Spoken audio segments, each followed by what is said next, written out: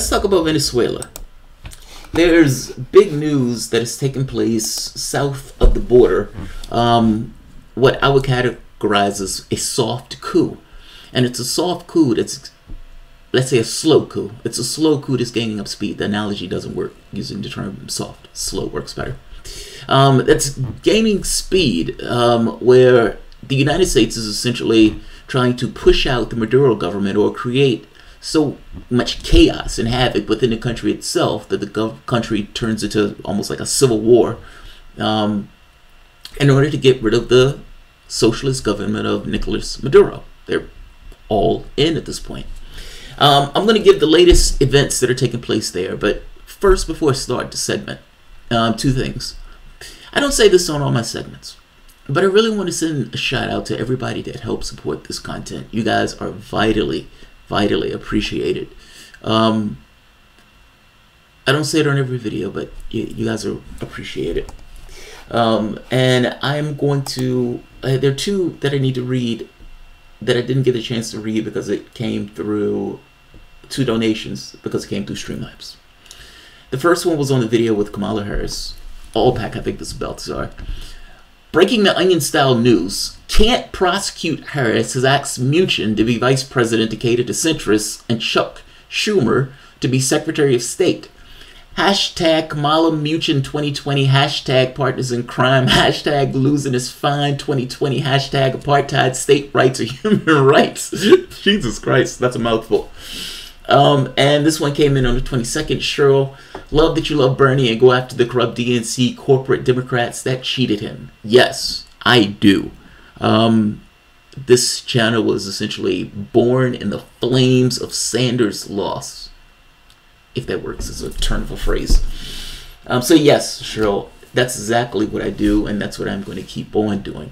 I've said it before. I think the fight that needs to take place is on the left.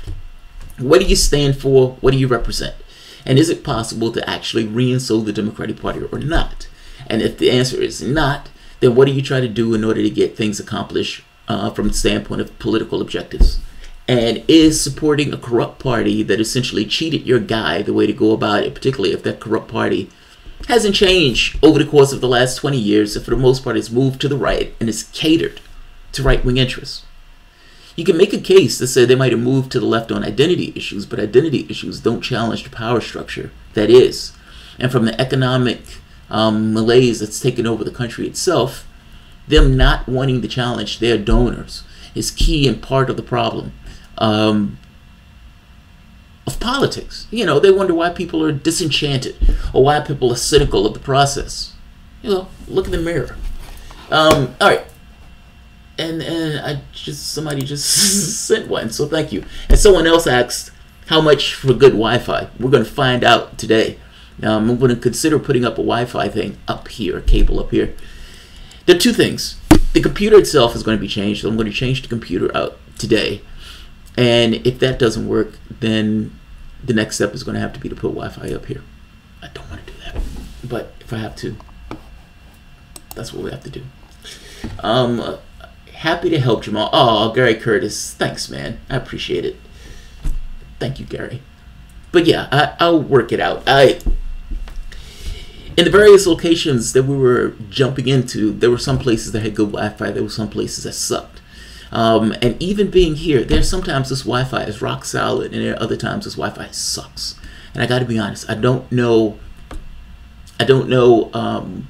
the trend. Like, I don't know what's the thing that's taking place that makes it suck. I don't know if somebody's using it somewhere else in the house. I don't know if it's, I have no idea. But right now it's rock solid, so I'm going to run with it since it's rock solid. And it may just boil down to other people using it at the exact same time. Majority snooze fest with sham sheepherder. That is so hard to say. Sham sheepherder. Sham sheepherder. Say it 1,000 times. Sham sheepherder. All right, so let's talk about the Venezuela thing. So first, there are big events that are taking place in Venezuela. The United States is essentially moving along with a slow-moving coup in order to get Maduro out of power. Now, several things have taken place from the economic standpoint. The price of oil has dropped, and the United States has implemented sanctions on the Venezuelan government that's made it difficult to get drugs and medicines, and not just drugs and medicines. Even companies are even scared to work with Venezuela in a sense, which makes it that much more difficult to operate. And you can imagine this creates a certain amount of strife and chaos within the society itself. Whatever you want to think of Maduro, put him to the side for the moment. It's a separate question on whether you want your country to go through with a foreign policy that goes through regime change and then code it in this language that's utterly farcical in the stuff that's being said. Whatever you want to think of the Maduro government, it is not the United States' place to go around the world telling a particular people who they should have in their government as the leader of that country. The United States has a bloody, bloody track record in South America, Guatemala, Chile, Brazil, Ecuador, these bloody coups where they installed brutal dictators in these countries that were essentially torturers that terrorized the societies that the United States installed these guys in. I guess I'm making the point that we have a certain track record in South America, and that track record hasn't let up. When Ronald Reagan gave that famous speech where he's looking to the camera and says, you know, the Gipper is responsible for the Iran-Contra affair, but all shucks, I didn't really know that that's what was taking place, where they literally passed a Bolin Act in order to prevent Ronald Reagan from actually arming the Contras. We're talking about in Nicaragua, where the Contras wanted to take down Nicaragua's Sandinista government. And Reagan sold weapons to Iran, who was supposedly our enemies. If you remember, these guys just had hostages early on. But sold weapons to Iran, who was supposedly our enemies, and gave that money in order to try to take down that government. We have a bloody track record in South America. And when you're hearing coups and stuff like that, think of real human beings being suppressed under authoritarian governments at our behest. At our behest. Because we believe in freedom and democracy so much. This continues with the trend. In May of 2018, Maduro was elected president of Venezuela. Whatever you want to think of it, Maduro was elected president of Venezuela. The opposition forces, pushed by the United States, decided not to participate in that election. And after not participating in that election, because they knew they were going to lose, screamed, "Usurper! He usurped the election, and this election is fraudulent." Well, they're the ones that decided not to participate in the election. They were the ones that were being pushed by a foreign power in order to behave in this way. So screaming usurper after the fact is a little dicey. But this is politics, and being a hypocrite or a liar is not necessarily something that's negative in a political space. That's what the opposition did. This goes on with protests that were pro-government and pro-opposition. Right now, there were protests going on. I think it was like yesterday. There were pro-government and pro-opposition. They don't necessarily tell you the fact that there were pro-government protests going on. They only tell you about the opposition, but there were both. On January 10th, Maduro was inaugurated. Now, in an odd show, and this is something else that happened, an assassination attempt on Maduro. So take a look at this. This was either early in January last year. I mean, it had to be one of them. So let's take a look.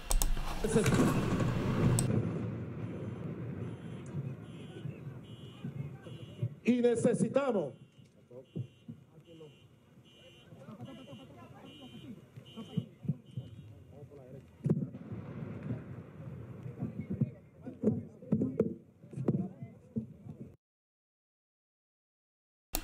essentially, there was a drone that was flying overhead. The drone exploded.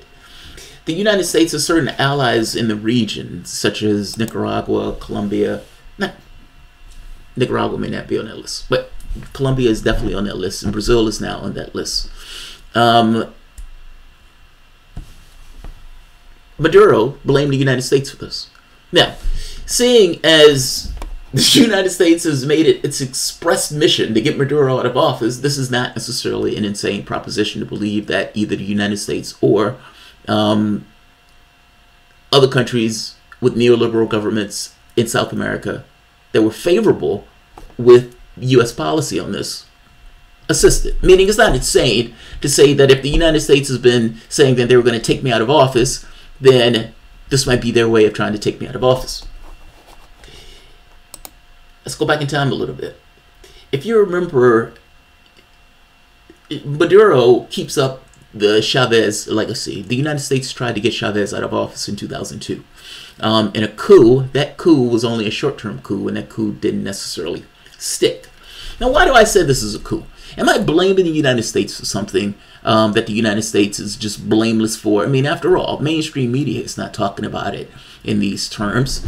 Well, take a look at this. This is when Mike Pompeo, when Pompeo was part of the head of the CIA, CIA chief hints agency is working to change Venezuelan government. You don't say. You don't say. The head of the CIA has suggested that the agency is working to change the elected government of Venezuela and is collaborating with 2 countries in the region to do so. In one of the clearest clues yet about Washington's latest meddling in politics in Latin America, CIA Director Mike Pompeo said he was hopeful that there can be a transition in Venezuela and that the CIA is doing its best to understand the dynamic there. Now, in the old days, when they were taking out people, when the CIA was, you know, shooting in windows or bombing Capitol buildings like in Guatemala or Chile, it was hush-hush. The whole point of it was that the president's hands weren't on it. I mean, after all, the CIA was supposed to be this criminal agency that was essentially allowed to be a criminal agency and go about either with assassinations, taking down governments, or doing the things that the president wanted to do, but the president couldn't necessarily do in a legal sense. He wanted to be hands off, the president's men. Even when the president, or even when laws were passed that tried to tie the president's hand to CIA's actions, you still ended up with a situation of, who ordered this? The CIA was working on a mandate that what they were doing was right just because what they were doing was right. We devolved into a situation where it is not even secret. He is out here saying, yeah, the CIA are doing what they can to take down that government. That's an amazing proclamation. Tell us more, Bond villain. So let's keep going. He added, I was just down in Mexico City and Bogota a week before last talking about this very issue, trying to help them understand the things that might do so, and we can get a better outcome for this part of the world and our part of the world. Better outcome for who, right? Now, let's keep going. In Venezuela, it is sought to weaken the elected government of both Mr. Maduro and his predecessor, Hugo Chavez, who briefly ousted in 2002 coup. Some of the efforts have been in distributing funds to opposition groups through organizations such as the National Endowment for Democracy, while some has been in the form of simple propaganda. Meaning, the United States has been giving resources to opposition forces in that country. Is this how you want your tax dollars spent? Again, regardless of what you think of Maduro, you can simultaneously think Maduro may not necessarily be the best of leaders while thinking also that the United States has no right to intrude into the politics of another country, especially this brazenly, and especially after screaming for the last 2 years of Russia hacked your elections. I mean, for fuck's sake. Let's keep going. So, in an oddity, in a complete oddity, it would be like Nancy Pelosi declaring herself president of the United States while there is a sitting president of the United States. Take a listen to this. This is a guy who most people don't even know. A random guy.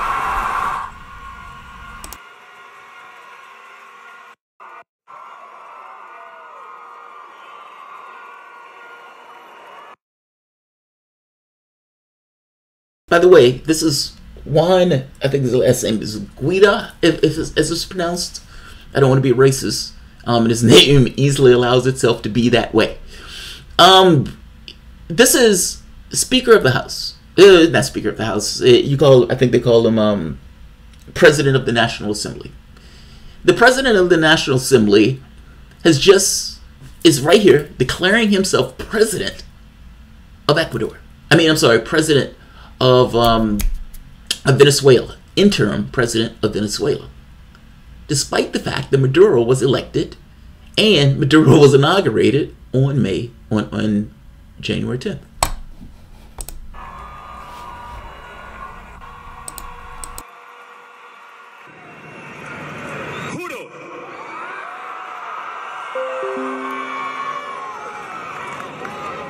Asumir formalmente las competencias del Ejecutivo Nacional como el presidente encargado.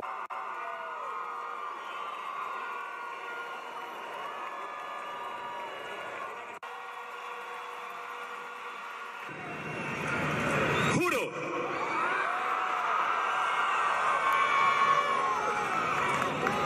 asumir formalmente las competencias del Ejecutivo Nacional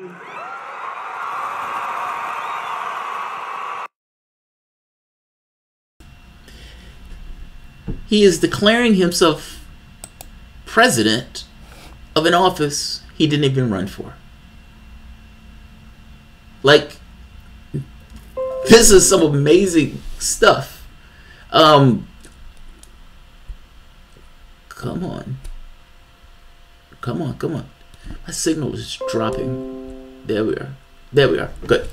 So this is Juan Guaido declaring himself president of Venezuela, interim president of Venezuela.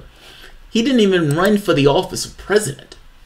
Like, I'm trying to put how weird this is.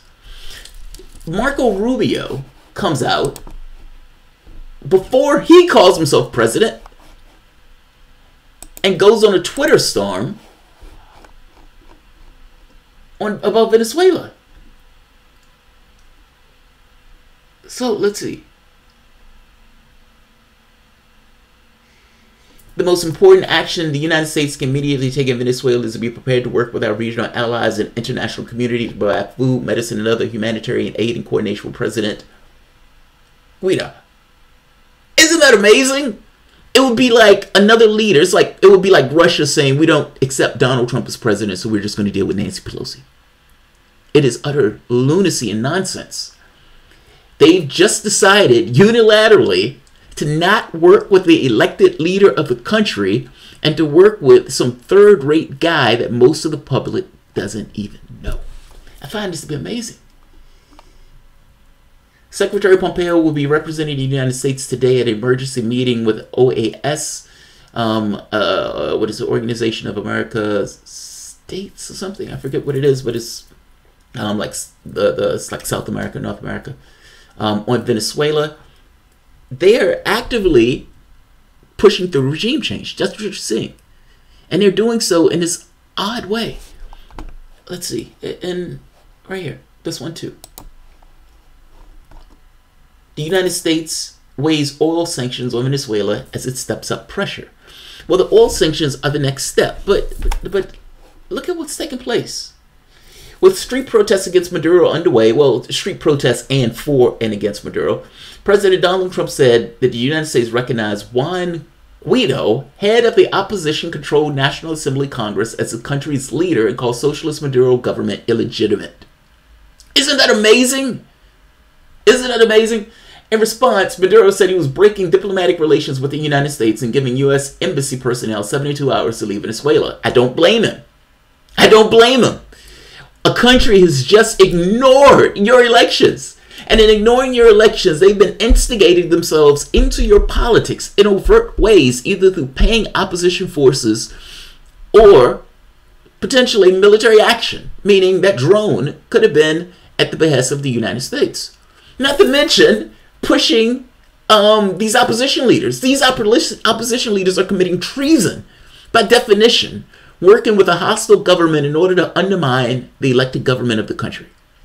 Now, again, whatever you want to think of Maduro, it is not the United States' business to instigate itself into their affairs.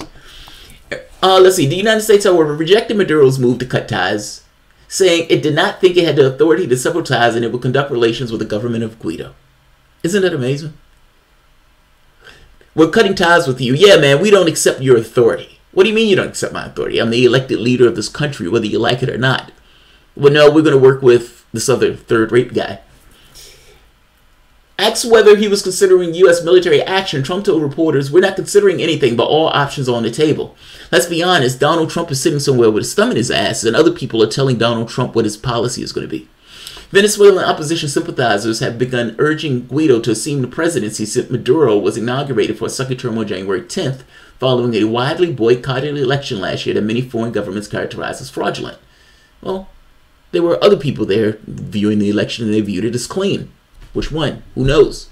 It's not our business. It's not our business. I find this to be amazing, though, that,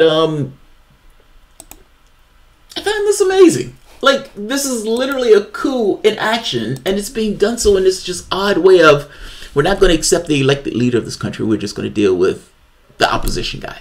The guy who didn't even run for the office. That's amazing. That's amazing. Absolutely amazing.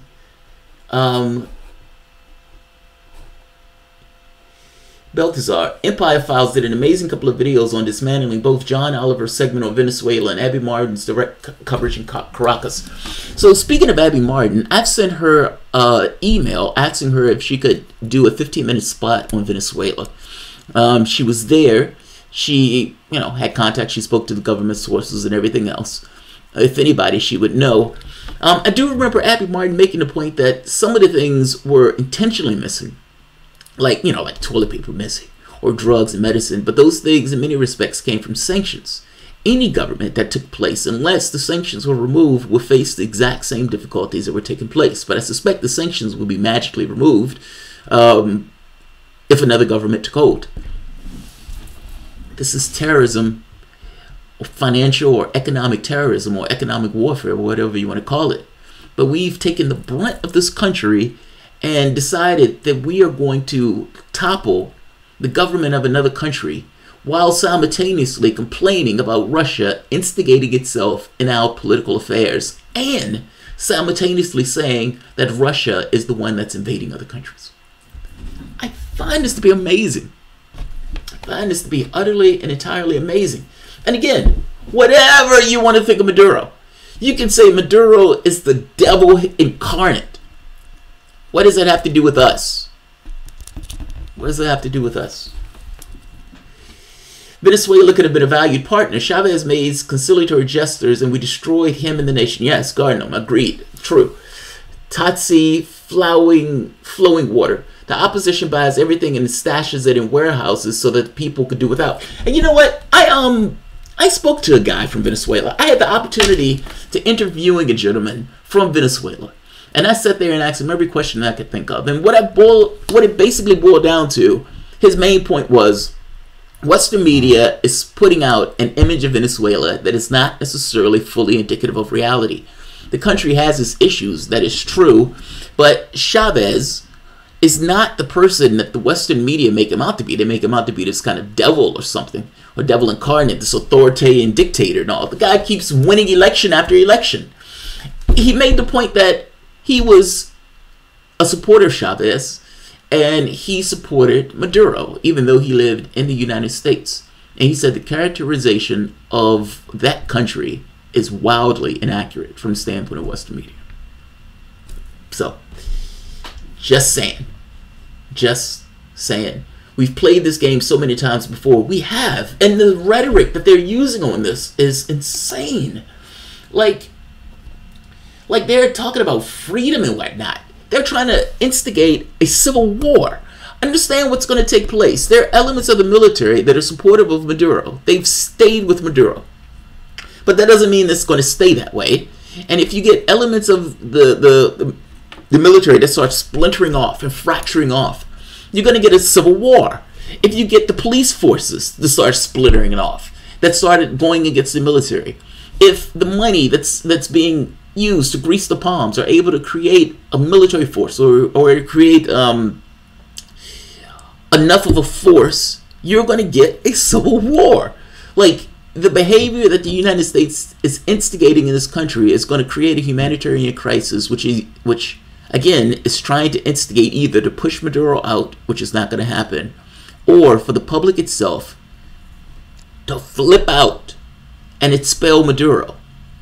The problem with this is the opposition is literally literally guilty of treason. They've decided to align themselves with a foreign power, and the foreign power that they've decided to align themselves with is hostile to the interests of the country itself. and wants to have a domination over that country, just like it's had a domination over South America going back for the last 50 years. If that's not treason, I don't know what is. So understand my position on this. Or I don't care what Maduro is. It's none of our business. It's none of our business. We keep instigating ourselves into these affairs. You can simultaneously say Maduro is a bad guy while simultaneously also saying that's none of our business. That's for the people of Venezuela to make a choice on how they organize their affairs and how they organize their government. And let's also be honest that we are intentionally, economically damaging that country so we can turn around and say, look at the problems with that country. Oh, look at the socialism in that country that's causing those problems. Missing the fact that, you know, whether you want to call it socialism or not, however it's implemented, is individual to the people involved. Macron is supposedly a socialist also. You know, for fuck's sake, whatever that's worth. But I guess I'm making the point. It's not just mismanagement. It is also economic attacks on the government itself that's created the humanitarian crisis within the country that allows other countries to turn around and say, we got to do something about this. I find this to be amazing that this is taking place like this, and that Western media looks at this and says, yeah, Maduro's the problem here. Reuters, who's supposed to play it down the middle. In this article, Reuters ignores the fact that there were pro-Maduro rallies. With street protests against Maduro underway across Venezuela, there are also pro-government rallies on the way in Venezuela. They're both taking place. And the idea that somebody in the United States, it's like Justin Trudeau coming and saying, you know, we don't like dealing with Donald Trump, so we're just going to call Nancy Pelosi president, and that's the person who we're going to acknowledge as the representative of the country. I mean, come on. It's nonsense. Utter nonsense. U.S. policy on this is not without precedent. We've seen this before. Yeah, we have. I mean, what? Guatemala, Venezuela, not Venezuela, Guatemala, Chile, Brazil, Ecuador, all of these countries have had that either propaganda or direct intervention from the standpoint of the United States into their affairs. Nicaragua, that was just as recent, I mean, under Reagan anyway. Yeah, we've seen this before. I mean, hell, you can even say the Middle East, this sending in propaganda, weapons, resources into the hands of your opposition. You can make an argument that all countries that are trying to instigate themselves into the affairs of other countries do something like this, essentially pay off opposition. Lenin was paid off by Germans, but simultaneously, though, Lenin also wanted to form a revolution. He was just willing to take the money from Germany in order to do it.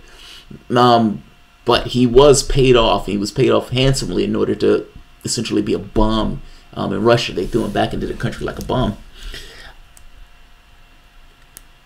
Yeah, this is disturbing. That's all. It's just disturbing. Anthony Reyes, pet hacker, he sure did till oil was suppressed for sale. What did pet hacker say? Chavez actually had a pretty good government and economy. From my understanding, that was my understanding also. And you know, I don't think all these people are Chavistas for no reason. Like, I don't, it's like, oh God, we're Chavistas, but he had a horrible, horrible government. I don't think that at all. I don't think that at all. Bernie or Guillotine 2020. I'm still waiting on Maduro to invade Flint, Michigan and rule Ringworm, Alabama to address their human rights violations. Oh, that's hilarious. That's hilarious. Grandma Christine 42. Right, Tatiez. What did Tatiez say? The opposition buys everything and slashes it. Yeah, Abby Martin made that point, that they were putting all of that stuff in order to create crisis within the country itself.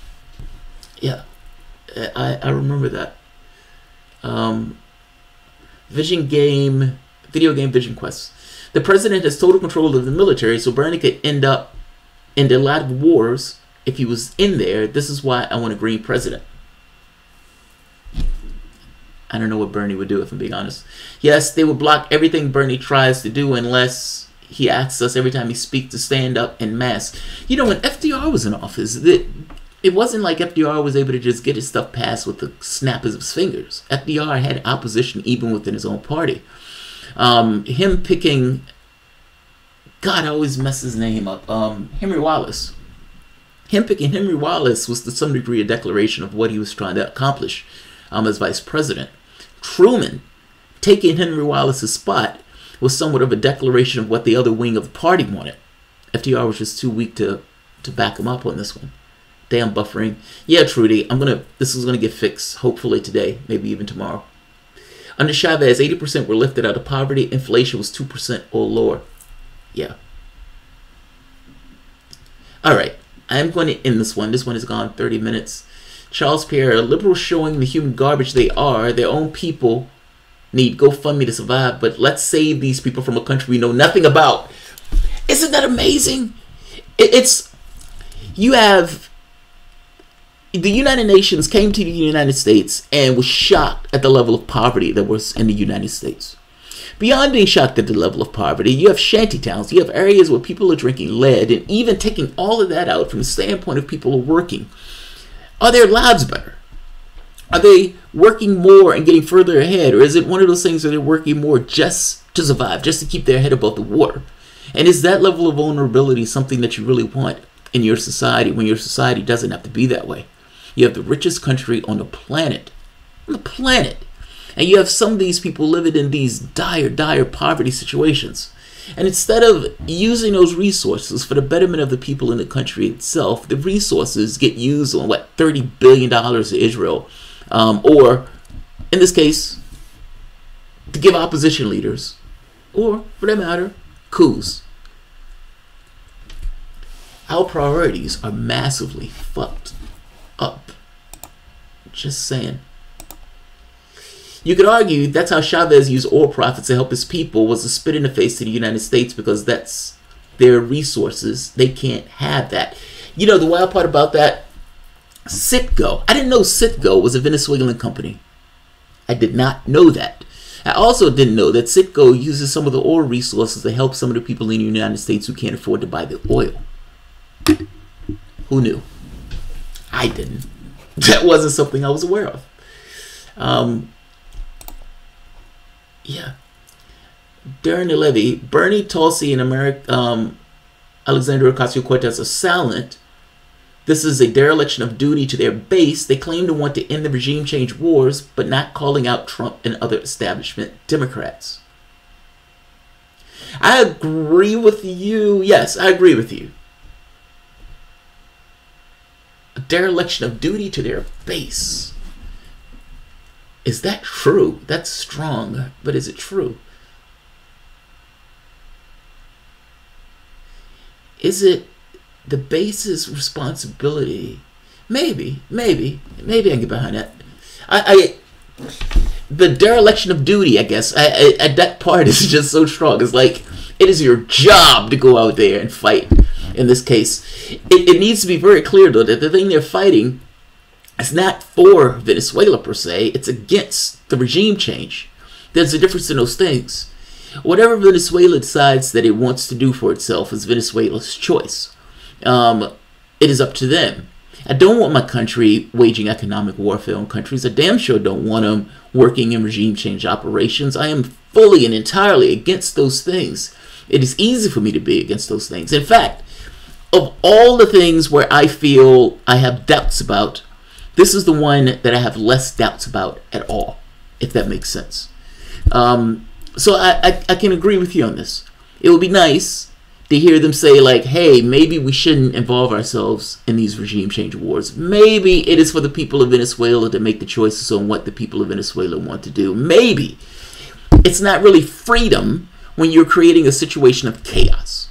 Meaning, you can buy your own black slave in Libya right now. That is the opposite of freedom. That is not what NATO brought to Libya. I don't believe that that's necessarily what they're going to bring to the people of Venezuela. That's assuming that the people of Venezuela aren't free. I don't think I'm buying this authoritarian stuff. And either way, like I said, it's none of our business. Joe Rusikoff, it is Congress' job to declare war, not the CIA. Yes, but the CIA will make the argument that we're not declaring war, we're just toppling a government. Like, you must understand, the CIA, in blowback, they call them the president's men. I love that term. That term for something goes off in my head when he says it. I love it. The president's men. Like, these are the guys who go out there and do the unsavory things that the president can't do. There's Section 31 in Star Trek. Like, do you remember in Star Trek, to take this to something whimsical, though, but looking at it from a third-person perspective, by the time you get to that level in Star Trek, where you're like in the Next Generation, they are so far removed from these things of war and poverty, and they have access to their needs. They're not gods. You know, they still have medical issues. There's still things that they don't know, particularly about the human being and the body and all this other stuff. But from a technological standpoint and from a social standpoint, their needs are met. And not just their needs are met, they have the technology or technological resourcefulness to be able to ensure that their needs are met. And so from the perspective of somebody who's in a situation like that, where they don't have this thing of lack and need, you know, they don't have to worry about where their next meal is coming from. Their actions or the choices that they make are purely done so for the betterment of themselves, you know, based on whatever human values are. Section 31, though, was put into place because it was believed that a society like that would be completely incapable of dealing with threats because they wouldn't be able to understand the perspectives of those other beings who didn't necessarily get to that level of evolution. Meaning you needed a dark side in order to allow the light side to be the light side. So the Federation could be the Federation that's love and light and going out as explorers and all this other good stuff. Scientists gallivanting around the galaxy. While groups like Section 31 allowed them to be that way. Meaning they could only be that way because Section 31 existed. The CIA was kind of to some degree under that premise. Where you have freedom and justice and all this other stuff. And there's certain things that are codified in the law, but you reach a certain point where law is incapable of dealing with certain things that are outside the confines of that, or laws will make those things difficult to deal with, in which case you have the CIA where the president can keep hands off. Why did that take place? Who did it? Did the president order it? No, the president would never do that. The president would never do that. So yeah. Gallivanting science. Gallivanting science. CIA's premise was to promote markets globally.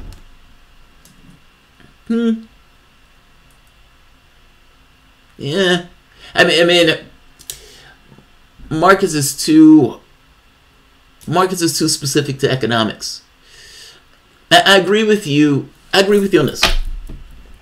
That oftentimes when they form these coups, they weren't forming these coups and putting in left-wing governments. They were putting in right-wing governments. And those right-wing governments would allow interaction with the United States.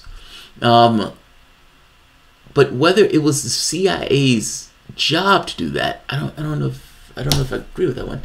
God damn it, Jamal. Why don't you like it when the United States illegally overthrows governments or corporations can steal the natural resources and make money on both sides? It's not both sides. It's not both sides. But Rob, I get you being sarcastic. By the way, Rob, the woman that you asked me to bring on, she's going to be on Thursday. So she, you know, it's funny. She's the election. I can't think of her name, but she's dealing with election meddling, essentially analyzing the elections. It's funny. She said she didn't answer my email, but she answered my text message. And she said, send me a link to your site so I can take a look at your site. Now, the moment that somebody tells me that, it freaks me out. It makes me self-conscious. It will be like a porn shoot and they say, all right, take all your clothes. What? I have to take all my clothes off? You don't really think about it until you do it. And when she says, send me your link, it's like, oh, fuck, what if she doesn't like the content? Now, she's a random person to me, so I shouldn't care one way or the other if she likes the content. But you end up in this thing of, it's an evaluation of sorts. Now, granted, she used nobody to evaluate you, but at the end of the day, it still feels like an evaluation. But she hit me back up. She says, I love your channel. And she says, I saw your video on the FBI. That was great. She said, 15 minutes is perfect. Like, she went through the list. But she said, yes, she'll be here. She'll be here. All right. This video has gone 40 minutes. Oh God, who's Adrian arguing with? There are questions about Venezuela elections and fears Venezuelan people didn't elect a president. Better fix it by letting the American government decide. Uh-oh, what did Adrian say? What did Adrian say? He's picking a fight. Alright, I don't see what Adrian's thing is. You guys are going back and forth. Yeah, you guys are going back and forth. Alright, I'm going to end this here, and I'm going to go and get a laptop, and I'm going to see if that fixes my issue. If that doesn't fix the issue, I'm going to get a Wi-Fi put up here, purely isolated for my own computer for videos. So I will see you shortly.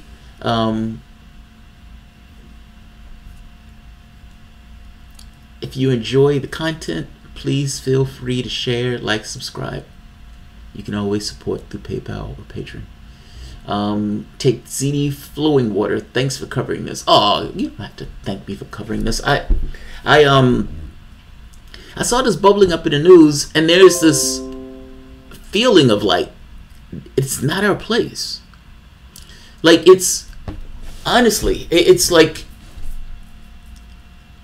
do you honestly believe that our government is shut down right now?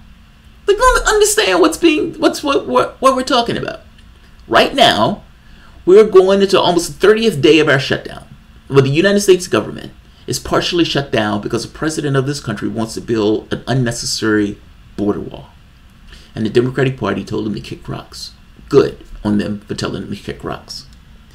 Simultaneously, while the government is so corrupt and dysfunctional that it's shut down and is in many parts non-operational, so much so that it's not paying nearly 1 million people who are hard-working Americans who've still been dragging their ass to work every day, it is decided that while it's partially shut down, it, however, knows best with regards to the government of Venezuela.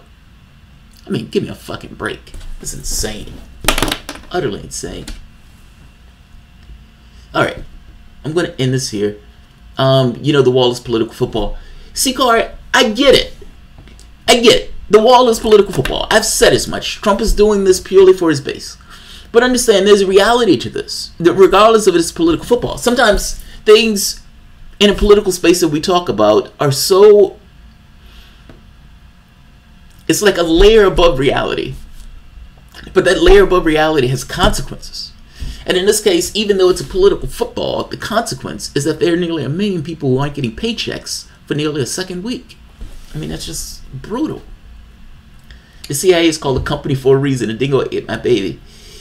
Well, keep in mind, the CIA, if I'm not mistaken, formed out of the OSS. When the United States saw what the British was able to accomplish, if I am not mistaken, in World War II, unless I'm talking on my ass, with communications and everything else, the OSS started, but the CIA formed out of the OSS.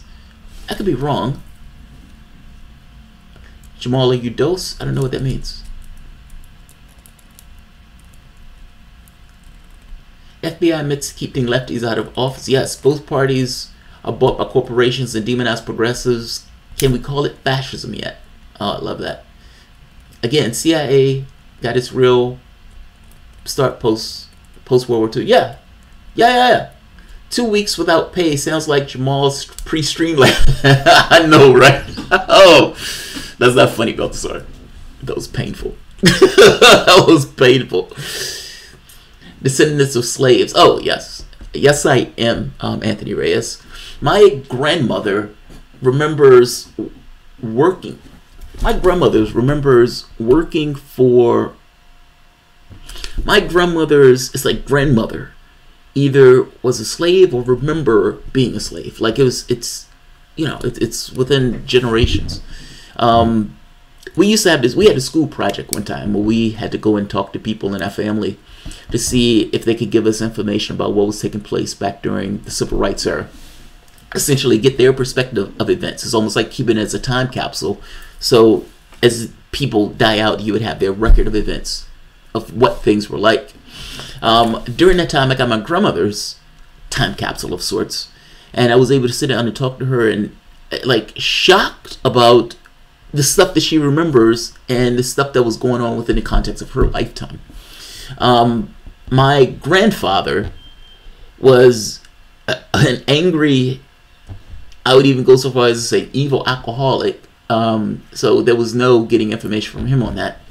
He was Cherokee. At the very least, his grandfather was Cherokee, but I gotta be honest, he looks like a Native American. If you look at him, you wouldn't be able to tell the difference.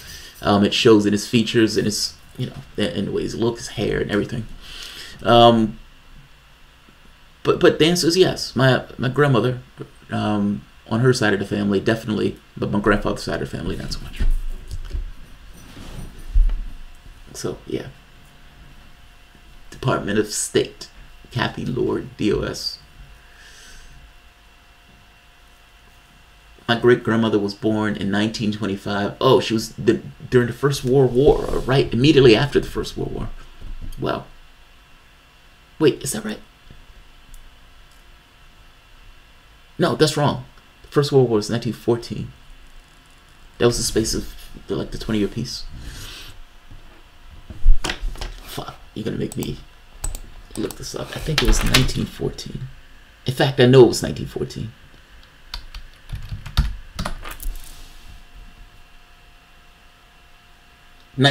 Fucking A. It's like a walking trivia.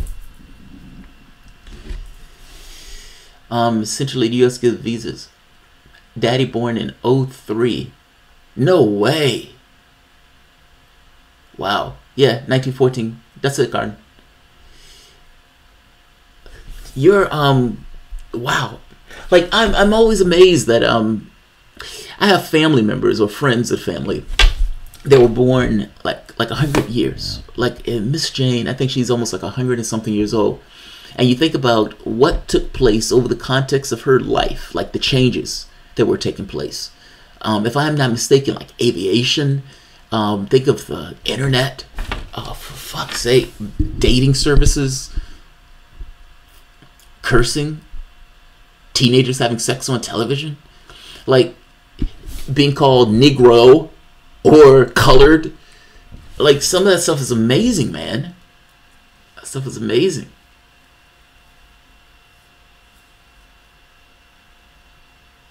Yeah, Garden. World War I was horrendous. If there was one war I would never want to fight in, is World War I. Yeah, that's true. I guess it depends on what part of World War I you were in. Like if you were in the desert, it wasn't as bad. All of it was bad, but between fighting on the front or the Western Front, where you're in the situation of like fighting for inches, it's like you're going back and forth where the people are dying. There's a movie, All Quiet on the Western Front. There's a book, but they made it into a movie. That is fascinating. It's from a German perspective. They took it as if it was like a critique of the war, in which case Germany didn't necessarily want the book out initially, but eventually they published it. But it gives you this idea on the horrors that were taking place. I mean, you're talking about like the gas attacks, people suffocating in these trenches. The German trenches were a little bit better, but not that much better. People had to use the bathroom in the trenches. There were dead bodies in the trenches. It's like, oh God, it is so fucking gross. I've read and watched All Quiet on the Western Front. Yeah, Garden, it is rough. It's utterly, entirely rough. The best part of World War I. What? The quote unquote Kurt DK quote unquote best part of World War I. It was the mostly soldiers who died. How's that the best part of World War? Oh, I see what you mean. As opposed to civilians. Yeah, at the point where you got yeah, I mean, at a certain point, you started to attack civilians when you needed to for military expedience. Here's the thing. In any war, the goal is to win. Now, pretend for the moment you're playing chess. The goal is to capture the king. Everything else is a secondary priority. I mean, you're allowed to let everything else go in pursuit of capturing the king. Applying that to real-world consequences, there's a slight deviation in that you want to try to win with the least amount of casualties or injury and harm to yourself. But you're willing to take on harm to yourself if it means that you win. Like, the United States was willing to allow a nuclear attack with this thought that we will be able to wipe out the Soviet Union. Like, some of the stuff that these guys talk about behind the scenes are terrifying. My older brother fought in World War II. Wow. My mother must have been born on January 23rd, 2019 because she buys into Maduro. Oh, I love it. I love it. I love it. Because she buys into Maduro. Oh, I love it. I love it. God, man, I stepped into that. It was like my mother was born in what? My mother was born in what? 2019? How is that possible? Oh, fuck. That's how. 60 million deaderized. You know, it's wild, man. I am not an advocate of war at all, but fascinated by it. I think my fascination with it comes just from playing chess. If I'm being, like, I don't know what it is, but there is something in me that is fascinated by it. And even, like, there's something in me that gets up for it. And I don't mean like a hard on. I know that sounds nasty. I just mean like, it's like an adrenaline spike. I can't explain it. I'm a sucker for a war speech. That's the first thing. This kind of rally of the troops. And there's something about the complications that are posed in those situations that are utterly fascinating and incomprehensible. Real News has amazing shows recently. Real News is just badass in general. I mean, granted, Aaron Matea's not on it anymore. But Real News is badass in general. Yeah. Not just that, Baltazar. Also, planes. Like in World War I, we didn't necessarily fully grasp how we could use planes. It was only as the war proceeded where it was like, hey, we can use this to, drop stuff. And we can use this to shoot. And then if I'm not mistaken, it was the Netherlands that created a device that allowed it to shoot between propellers. I think it was Amsterdam, but I could be wrong on that. Somewhere in Europe. But the logistics of war at that point became more entrenched. Zaldivar. We've seen Brian Williams have an orgasm over air bombs being dropped. We have D. Martin. I gave up on Hartman. JT has a hard time holding back his praise. You gave up on Hartman. So I have to divide myself into Hartman. This is one of those nuanced perspectives. If you're talking about history, Hartman is your guy. Like, if never enter a Jeopardy game with Tom Hartman. I would not want to be that guy entering a Jeopardy game with Tom Hartman. I wouldn't even want to be in an argument with Tom Hartman, with one exception, if he's supporting Democrats. Because Tom Hartman works himself in knots trying to back up their position. Like, I remember recently where they were talking about pulling the troops out of Syria. Now, Tom Hartman is a lefty. In his heart, in Tom Hartman's heart, Tom Hartman doesn't want the United States troops in Syria. Deep down in his heart, if you ask Tom Hartman at 3 a.m, just him and his God, and it just compels him, Tom, wake up, and Tom wakes up. What do you believe about this? Tom Hartman more than likely would say, yeah, we shouldn't be in Syria. Then the second question from Tom's God, then why are you saying that you're against Donald Trump pulling the troops out? And the honest answer is, this is my talking point.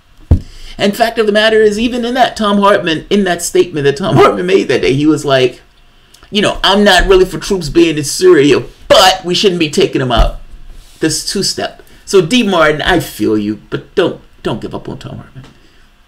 If you had somebody, I keep saying, man, if the world was different, and people could say if ifs and ands were pots and pans, the world would be a kitchen. Fair enough. I guess I'm making a point that there are some people who identify with party politics, and they identify with them so closely that they have a hard time seeing a world outside of the confines of those party politics. But if you had somebody in office that represented your interests, those people would be soldiers by your side pushing for the same thing. Like, that's the dichotomy, man. It's almost like you have to keep both in your head at the same time.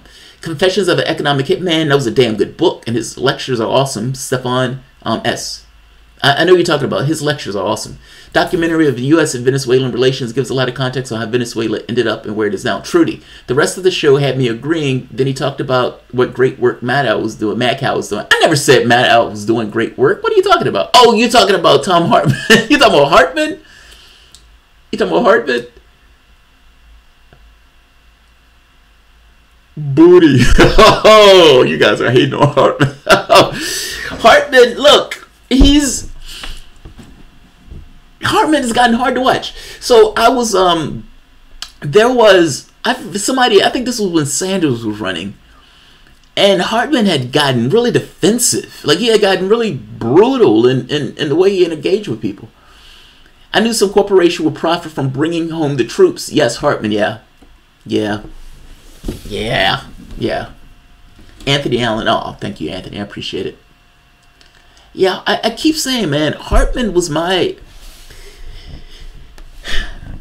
This seems like eons ago. It wasn't eons ago.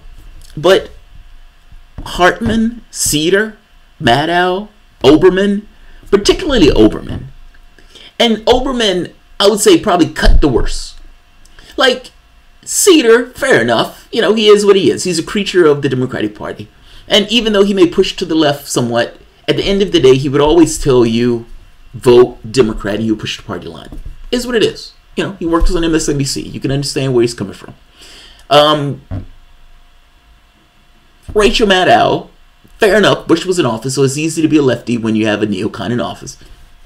But Oberman hurt. When I saw Oberman go on a View and say, you know, that he thought Bush was bad, and that, you know, he feels, you know, he's sorry for Bush or something like that. Any backing away from the stuff that he used to say about George Bush hurts. Because he was absolutely right about everything that he was saying about George Bush when he was on his show. And the idea that he would take any step back from that right now because of Donald Trump is hurtful. It's painful. Oberman lost his fucking mind in a makeup storage room.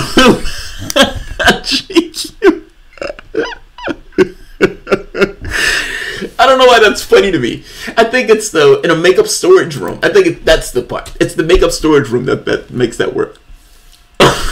Like, I have this image in my head of Oberman flipping out in a tiny room. Like I'm flipping out in a phone booth. Do you remember, what is his name? Anchorman, Ron Burgundy.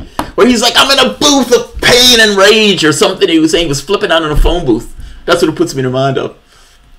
God, that's funny. That is fucking hilarious. That's fucking hilarious. Oberman lost his mind when he saw his paycheck. Oberman, God, man, I would say to anybody, look back at those old Oberman films. Like anybody, like I don't know the age range of the people who watch my show, but if it's a younger demographic, go look back at Oberman's old videos. Oh man, he would do. And I realize, you know, like anybody else, I'm a product of my environment.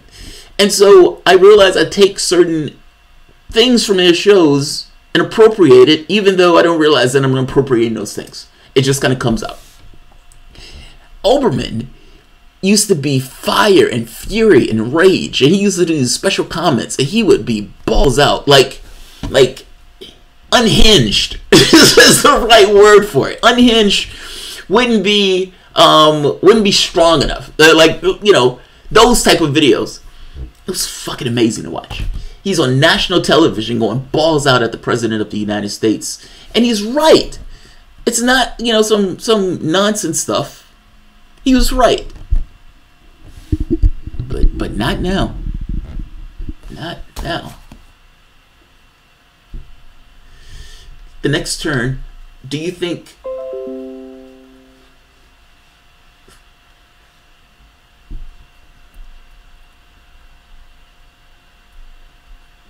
the government shutdown is related to the Venezuelan coup? I do not. I think those are separate things. The Venezuelan, the next turn. The Venezuelan coup has to do with U.S. foreign policy, where the United States essentially wants to have a certain hegemonic viewpoint, and the people who are in those offices, particularly the neocons, have a certain view of the world with the United States as being this kind of imperial superpower. I mean, that may be, you know, sacrosanct, or the two words may essentially be the same. But this imperial positioning of the country as being in preeminent position around the globe, and to try to stifle anybody else who has any level of influence in this way. Not to mention, they organize the system that way. Like, the way Bolsonaro is talking about this stuff, they're talking about this stuff like, you know, these guys are Soviets or something. It's really bizarre in the way that they're going back. Alright, I'm going to end this here because my video has started to act up. But we've gone like an hour, so if you guys enjoy the content, please feel free to share, like, subscribe. You can always support through PayPal or Patreon. Thanks all. Okay. I was just making the point that I was going to end it here when the video came back on. Yeah, I'm going to end this here.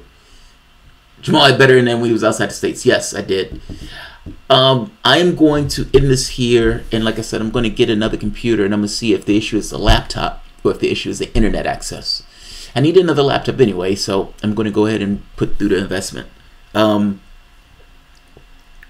hoping it's a laptop. I don't want to have to get internet upstairs. So, alright, but I'll end this. It's not just a Republican idea to be a superpower. Bernie wanted to overthrow Assad and no one cared, but when Mike Pence wanted to overthrow Venezuela, creative experiment, it's, if I'm not mistaken, I think Sanders might have said something going along with the rhetoric that everybody else was going with, that Assad should step down or something to that effect.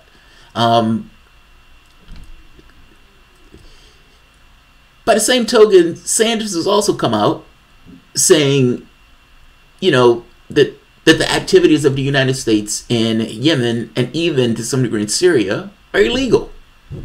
Like, so, I mean, I feel you. I feel you. Oh, God. Jamal has to end this video because he has to stuff some Bernie campaign envelopes. Sanders has not announced his candidacy for president of the United States yet, buddy. So I don't have to stuff those envelopes until afterwards. All right. I'm going to end this here. Khalida, I was 19. Yeah, I was young too when Oberman was out. I had to watch his videos after the fact. Like, my experiences with Oberman, like, I knew of him having a channel, but it was binge watching him. Several years ago, I had, it's called parathyroid, where your parathyroid hormone starts being overactive. And it being overactive starts pumping out, I can't think of the name of the stuff, I think it's called PTH, where it starts pulling calcium out of your bones. This creates almost like an arthritic effect in the body. It feels like arthritis. And so during this time, I wasn't able to walk all the way up the stairs to this particular job that I got. And hated the job.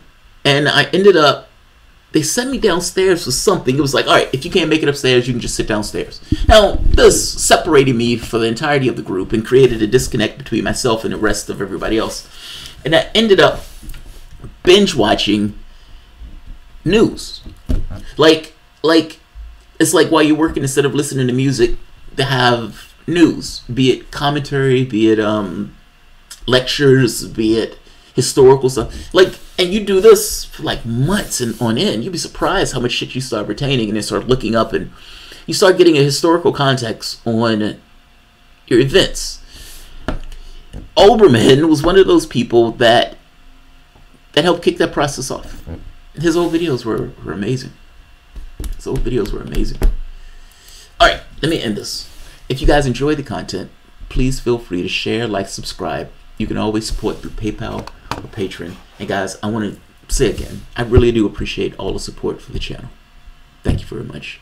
And I'll fix the Wi-Fi issue one way or the other. Thanks all. You started watching news when you were 8 or 9? What a show off. What a show off. I couldn't get into it. In fact, I didn't even like news per se when I was in school. When I was in school, I was more so involved in chess. Like, that was my, from the time I was 11 into the time I was probably in my 20s. My focus was more so on tournaments. Actually, my focus was more on tournaments and studying and chess study, but that's because it was a distraction. Like when I was 19, the kidney stuff started, and so it was a certain degree of transference of a detachment where you can kind of lose yourself within the game itself and detach yourself from the stuff that's going on. I bet Jamarl was an evil JavaScript programmer. No, I was actually C#. C#, SQL, 2012, 20... I forget the other ones. But SQL, PHP, C#, JavaScript, VB.net, VB... Yeah, I ran the gambit. It was a lot. I was good at it when I liked it. When I enjoyed doing it, and you could go into this thing of creation and stuff like that, it's fucking awesome. At a certain point, you stop liking it, it becomes harder to do.